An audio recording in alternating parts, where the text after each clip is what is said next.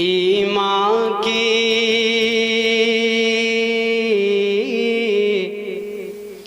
ارے ایمان کی قندیل ہے دل میں، نام نبی کا روشن ہے، نام نبی کا روشن ہے، ایمان کی قندیل ہے دل میں نام۔ رسول کا ایک ایک صحابی ہمارے لیے قابل عظمت ہے، ہر ایک صحابی پر ہمیں ایمان رکھنا چاہیے۔ اگر ایک صحابی کے ایک ذرے کے برابر بھی ہم اس کا احترام کو، اس کے مقام کو کم کرتے ہیں تو یقیناً ہمارے ایمان پر فرق پڑتا ہے۔ میں مبارکباد پیش کرتا ہوں جناب قاری میزان ساجد صاحب کو۔ بار کے نظام و ترتیب کے مطابق آگے بڑھتے ہیں اور اس علاقے کے اس معروف خطیب کو آواز دیتے ہیں جس کی خطابت کے چرچے اس وقت عوام الناس سے لے کر خواص تک، علماء اور طلباء تک ہیں، اور وہ شخصیت، وہ مقرر، وہ بے باک خطیب اس وقت بالخصوص عوام میں اور طلباء اور علماء میں خاص طور پر مقبول ہے۔ اس کی مقبولیت کا راز یہ ہے کہ جب وہ گفتگو کرتا ہے تو علمی دلائل اس کا استقبال کرتے ہیں، جب وہ گفتگو کرتا ہے تو اس کی گفتگو سے فضائیں یوں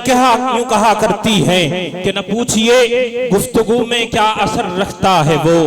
مثل پتھر دلوں کو موم کرنے کا ہنر رکھتا ہے وہ۔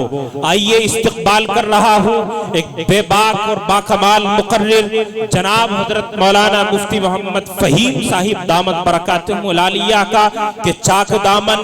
رفو کر کے لکھتا ہے، زخموں سے گفتگو کر کے لکھتا ہے، چاک دامن رفو کر کے لکھتا ہے، زخموں سے گفتگو کر کے لکھتا ہے، درد دل درد جگر کہنے کو بھی حوصلہ چاہیے، آنسوؤں سے وضو کر کے لکھتا ہے۔ نستعینہ ونستغفرہ ونؤمن بہ ونتوکل علیہ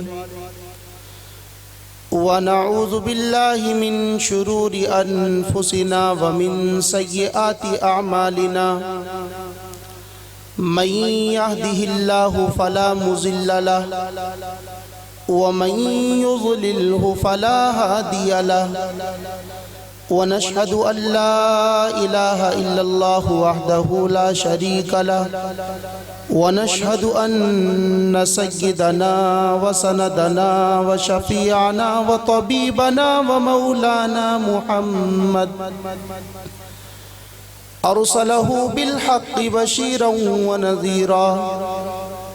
وداعيا إلى الله بإذنه وسراجا منيرا، أما بعد فأعوذ بالله من الشيطان الرجيم، قل إن كنتم تحبون الله فاتبعوني، وقال النبي صلى الله عليه وسلم المرء مع من أحبه، او کما قال صلی اللہ علیہ وسلم۔ یا الہی اس قلم کو سیاہی نہ دے، یا الہی اس قلم کو سیاہی نہ دے، جو قید تو لکھے مگر رہائی نہ دے، توڑ دینا ہی بہتر ہے وہ آئینہ جس میں اچھا برا کچھ دکھائی نہ دے۔ وہ دانائے سبل ختم الرسل مولائے کل جس نے، وہ دانائے سبل ختم الرسل مولائے کل جس نے، غبار راہ کو بخشا فروغ وادی سینہ، نگاہ عشق و مستی میں وہی اول وہی آخر، وہی قرآن وہی فرقہ وہی یاسین وہی طٰہٰ۔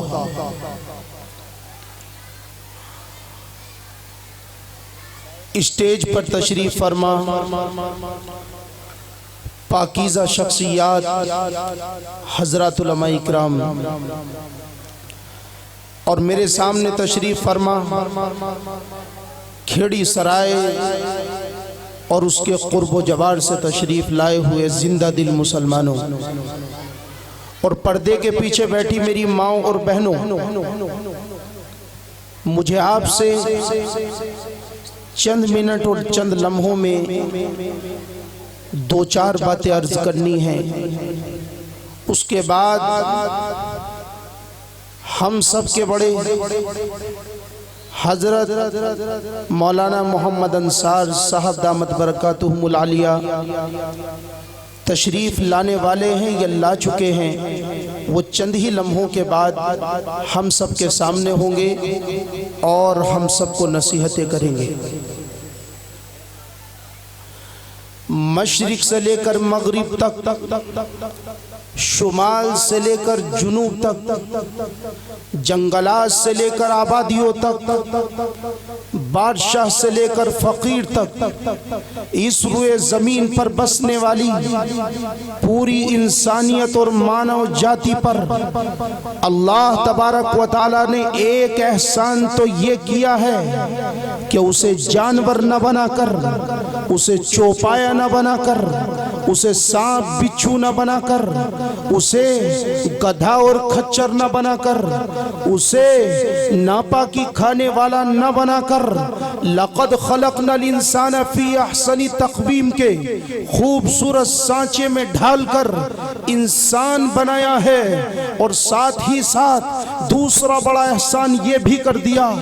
کہ اسے انسان بنا کر اس پیغمبر کا امتی بنا دیا، بغیر کسی درخواست کے، بغیر کسی قد و کاوش کے، اور بغیر کسی جد و جہد کے، بغیر اپنے جسم پر کوڑے کھائے اور بغیر جسم سے لہو بہائے اس پیغمبر کا امتی بنا دیا، جس پیغمبر کی آمد کا انتظار زمین کے ہر ذرے کو تھا تو دریا کے ہر قطرے کو بھی تھا، جس کی آمد کا انتظار جنت کے داروغہ رضوا کو بھی تھا تو جہنم کے داروغہ مالک کو بھی تھا، جس کا انتظار تورات کو پڑھنے والے یہودیوں کو بھی تھا تو انجیل کی پیروی کرنے والے عیسائیوں کو بھی تھا۔ ہاں ہاں، وہی جس کا انتظار حضرات انبیاء اپنے دلوں میں یہ آرزو اور تمنا لے کر کے کر رہے تھے کہ کاش کہ ہمیں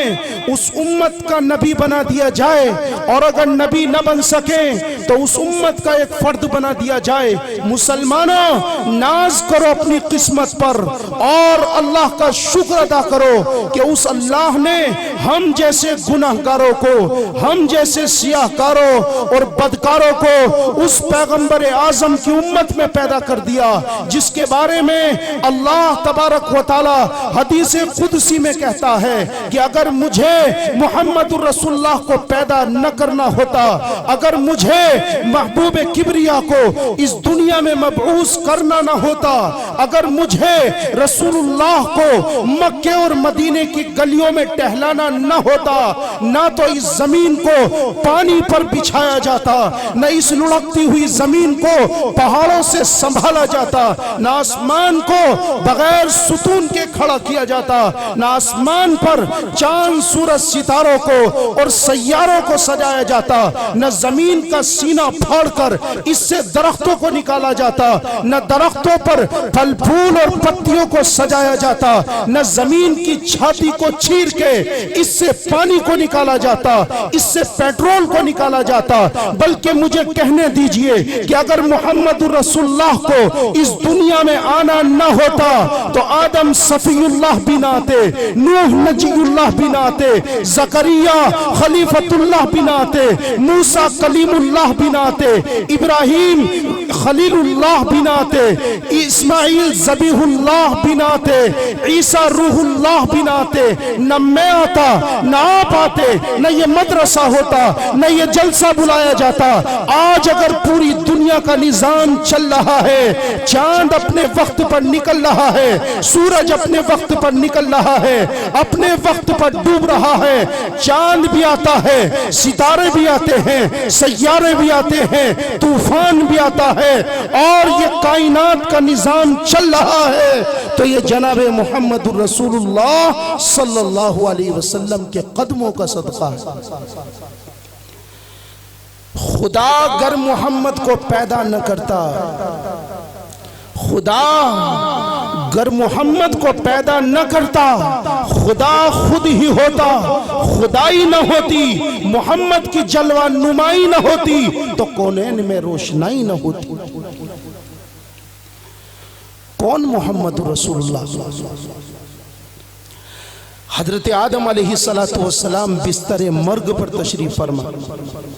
اپنے بیٹے حضرت شیش کو بلایا علیہ السلام اور بلا کر کے کہا کہ شیش تو اللہ سے کوئی دعا مانگے اور اللہ تیری دعا کو قبول نہ کرے تو اللہ کو محمد کا واسطہ دے کر مانگنا، اللہ تیری دعا کو قبول کرے گا، تیری حاجت کو پورا کر دے گا، اللہ تیری دعا کو شرف قبولیت سے نوازے گا۔ حضرت شیش علیہ السلام نے کہا اے مولا یہ محمد کون ہے؟ میں نے تو کسی محمد کا نام نہیں سنا۔ حضرت آدم نے کہا کہ بیٹا میں جنت میں زندگی گزار کر آیا ہوں، میں نے جنت کی دیواروں پر محمد کا نام لکھا دیکھا، میں نے جنت کی کھڑکیوں پر محمد کا نام لکھا دیکھا، میں نے جنت کے دریچوں پر محمد کا نام لکھا دیکھا، میں نے جنت کے درختوں کے پتوں پر محمد کا نام لکھا دیکھا، ہاں میں نے جنت کی حوروں کی پلکوں پر نام محمد لکھا دیکھا۔ یہ مقام اور مرتبہ ہے ہم سب کے آقا اور مولا جناب محمد رسول اللہ صلی اللہ علیہ وسلم کا، جن کے ہم نام لیوا ہیں، جو ہمیں اپنی جان سے زیادہ، اپنے لہو کے قطروں سے زیادہ، اپنی سانسوں سے زیادہ عزیز ہیں، اور جن پر ہماری جان قربان ہے، جن سے ہم یہ محبت کرتے ہیں، جن کا نام جب ہمارے کانوں میں پڑتا ہے تو ہمارا دل عظمت سے بھر جاتا ہے۔ لیکن مسلمانوں صرف محبت کافی نہیں ہے، صرف محبت کافی نہیں ہے، بلکہ محبت کے ساتھ اتباع بھی ضروری ہے۔ محبت ہو اتباع کے ساتھ اور اتباع ہو محبت کے ساتھ، جیسے حضرات صحابہ نے کی ہے۔ ایک صحابی نبی پاک صلی اللہ علیہ وسلم کی خدمت میں آئے، آپ نے ان کے ہاتھ میں انگوٹھی دیکھی، اظہار ناراضگی کیا، صحابی نے انگوٹھی نکالی اور زمین پر دے ماری۔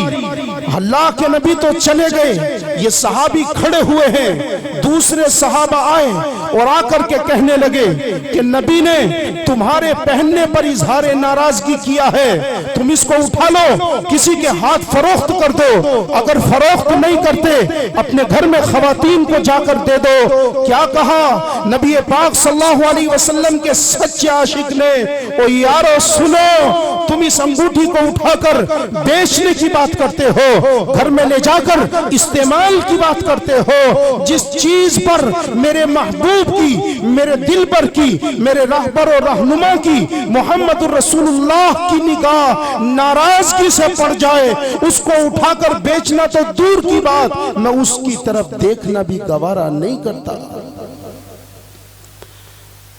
یہ محبت تھی حضرات صحابہ کے دل میں نبی پاک صلی اللہ علیہ وسلم کی۔ پسے پردہ عورتیں بھی بیٹھی ہیں،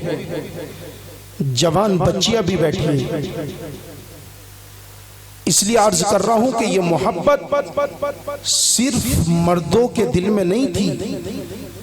بلکہ حضرات صحابیات کے دل بھی نبی پاک صلی اللہ علیہ وسلم کی محبت سے معمور تھے، اور ان کے سینے عشق محمد سے لبریز اور چمک اور دمک رہے تھے۔ غزوہ احد کا موقع، نبی پاک صلی اللہ علیہ وسلم بھی برسر پیکار ہیں۔ ایک صحابیہ جن کا نام حضرت ام عمارہ ہے، جو اپنے ہاتھ میں پانی لے کر، اپنے ہاتھ میں پانی کا مشکیزہ اور کٹورا لے کر زخمی صحابہ کو اور لڑنے والے صحابہ کو پانی پلا رہی ہیں، اسی درمیان دیکھا کہ ایک ظالم، ایک بدبخت نبی پاک صلی اللہ علیہ وسلم کی طرف غلط ارادوں سے بڑھ رہا ہے۔ یہ ام عمارہ جو 80 سال کی بوڑھی عورت ہے، اپنی عمر نہ دیکھی، اپنا